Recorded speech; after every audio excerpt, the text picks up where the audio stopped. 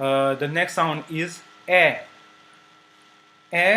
Or in English like bat. Okay, so accent grave and accent circonflexe. So both of them are pronounced a. Then you also have at the end of the word res, a. Just remember that re is a and res, a, ret is a also. Okay, so whenever you see these combinations, you will pronounce them as a. Some of the examples.